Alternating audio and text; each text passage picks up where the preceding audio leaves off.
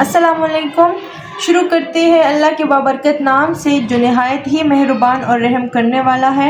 Dear students, मैं हूँ आपकी मैथ्स की टीचर और आज का लेक्चर स्टार्ट करने से पहले हम एक छोटी सी एक्टिविटी परफॉर्म करते हैं। जैसे कि आपको स्क्रीन पे नज़र आ रहे हैं, हमारे पास ग्लासेस है जिसकी क्वांटिटी है 12। अगर इन 12 ग्लासेस को हम 3 बच्चों में डिवाइड करना चाहे या डिस्ट्रीब्यूट करना चाहे तो उसके लिए हम क्या करेंगे, चलिए करते हैं। सबसे पहले हम 3 स्टूडेंट्स को एक एक ग्लास देंगे, फिर 2-2। हम ये डिवीजन इस तरह करेंगे कि एक भी बच्चे के पास ना कोई एक्स्ट्रा ग्लास आए और ना कम आए, सबके पास इन ग्लासेस की तादाद सेम होनी चाहिए। अब हम एक और ग्लास देंगे। अब भी बच्चों के पास 3 ग्लासेस हैं, लेकिन 3 ग्लास हमारे पास एक्स्ट्रा है, सो हम इसको भी डिस्ट्रीब्यूट कर देंगे। सो फाइनली जैसे कि आप लोगों ने देखा कि 3 बच्चों को 4 ग्लासेस दिए गए हैं और हमारे पास बचा कुछ भी नहीं है। सो आज का जो हमारा टॉपिक है वो है डिवीजन। सो आज का जो हमारा SLO है वो है डिवीजन।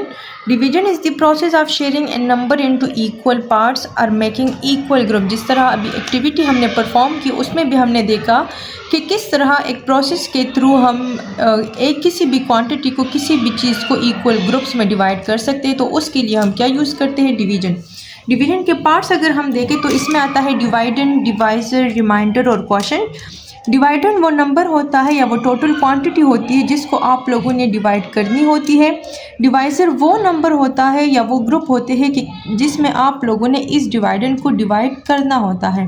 क्वोशंट वो अमाउंट या वो आंसर, आपका वो रिज़ल्ट होता है जिसमें आपने किसी भी बंदे के पास कितनी क्वांटिटी आनी है, या इन दोनों से जो रिज़ल्ट आएगा वो आपका क्वोशंट कहलाएगा।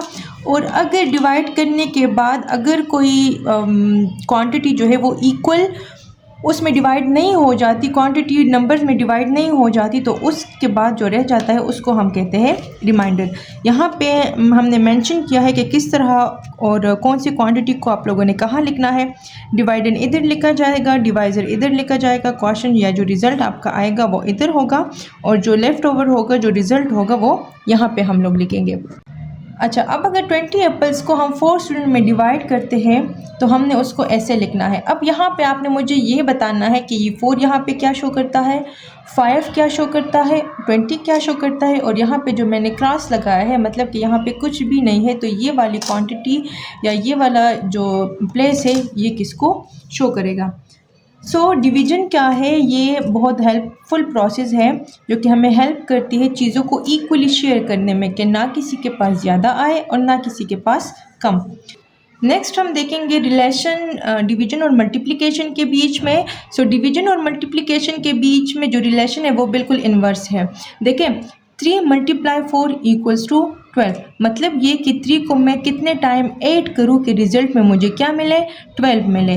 लेकिन अगर हम लोग बात करते हैं डिवीजन की तो 12 / 4 = 3, मतलब ये कि 12 से मैं 4 को कितने टाइम सब्ट्रैक्ट करूँ कि रिज़ल्ट आए 3। सो अगर 4 को 12 से मैंने 1 टाइम 4 को सब्ट्रैक्ट किया, रिज़ल्ट आया 8। अब 8 से मैंने फिर से 4 को सब्ट्रैक्ट किया तो रिज़ल्ट आया 4। 4 से मैंने फिर 4 को सब्ट्रैक्ट किया तो रिज़ल्ट आया 0। 12 से ये 4 में कितने टाइम सब्ट्रैक्ट करूँ कि रिज़ल्ट आए 3। सो काउंट करें 1, 2 एंड 3। मैंने कितने टाइम सब्ट्रैक्ट किया है, 3 टाइम। इस वजह से हमने यहाँ पे लिखा है division is the process of repeated subtraction. So basics के बाद हम आते हैं प्रैक्टिस क्वेश्चन पे। यहाँ पे क्वेश्चन मैंने लिया है 43,800 और इसको हमने डिवाइड करना है 10 पे। सबसे पहले मैं यहाँ पे 2 डिजिट नंबर लूँगी 43। अब 43 को अगर हम 10 पे डिवाइड करते तो 10 के मल्टीपल में आता है 10, 20, 30, 40 एंड देन 50। 43 के इक्वल कोई भी नंबर नहीं आता, तो मैं 43 से लेस तो लगा सकती हूँ लेकिन 43 से ग्रेटर हम नंबर नहीं ले सकते। सो हम लेंगे 10 4 और 40। 43 से अगर मैं 40 माइनस करूँगी तो रिज़ल्ट आएगा 3। इसके लिए हम इस 8 को नीचे लेके आएंगे तो ये बनेगा 38। अब 38 को मैं 10 पे डिवाइड करूँगी, सो 10 3 आर 30 एंड 10 4 आर 40, तो 40 तो हम लगा नहीं सकते, हम लगाएंगे 10 3 आर 30। 38 से 30 को जब हम सब्ट्रैक्ट करेंगे तो रिज़ल्ट में आएगा 8। अब 8 जो है वो तो 10 पे डिविजिबल नहीं है, सो ऊपर से हम 0 को लेके आएंगे, ये बनेगा 80। अब 10 8 आर 80। यहाँ पे ये वाली डिवीजन ख़त्म हो गई है, लेकिन ये जो 0 है ये एक रह गया है, इसको हम नीचे लेके आएंगे एंड 10 0 आर 0। सो यहाँ पे जो डिवीजन का प्रोसेस है ये कंप्लीट हो गया। अब अगर हम देखें रिज़ल्ट में, सो 43,800 को अगर हम 10 पे डिवाइड करेंगे तो रिज़ल्ट आएगा 4,380। कुछ वर्ड्स प्रॉब्लम हम करते हैं। 145 मार्कर्स है और अगर उसको मैं पैक करना चाहूँ 5 बॉक्सेस में इक्वली, ठीक है, मतलब है कि कोई भी मार्कर जो है वो रह ना जाए और हर एक जो जितने भी मैंने बॉक्सेस बनाए हैं यहाँ पे जो क्वांटिटी है वो 5, उन 5 में जो 5 बॉक्सेस में जो मार्कर की क्वांटिटी हो वो इक्वल हो, तो उसके लिए मैं कौन सा प्रोसेस करूँगी? डिवीजन का, बिल्कुल ठीक। सो यहाँ पे हम 145 को एज अ डिवाइडर लिख लेंगे और 5 को एज अ डिवाइज़र लिख लेंगे। 145 में से जब मैं 2 डिजिट सेलेक्ट करूँगी तो ये 14 होंगे और 14 को जब मैं 5 पे डिवाइड करूँगी, सो 5 2 आर 10 एंड 5 3 आर 15।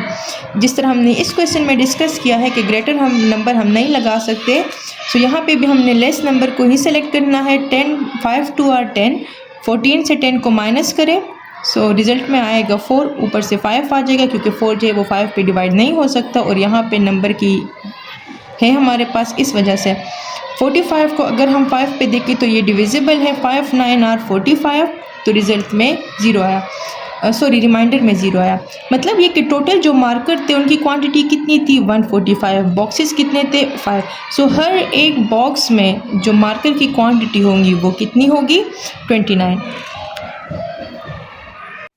सो यहाँ पे हमारे लेक्चर का एंड होता है। आई होप आप लोगों को लेक्चर की समझ आ गई होगी। मिलते हैं इंशाल्लाह नेक्स्ट क्लास में, तब तक अपना ढेर सारा ख्याल रखिएगा। अल्लाह हाफिज़।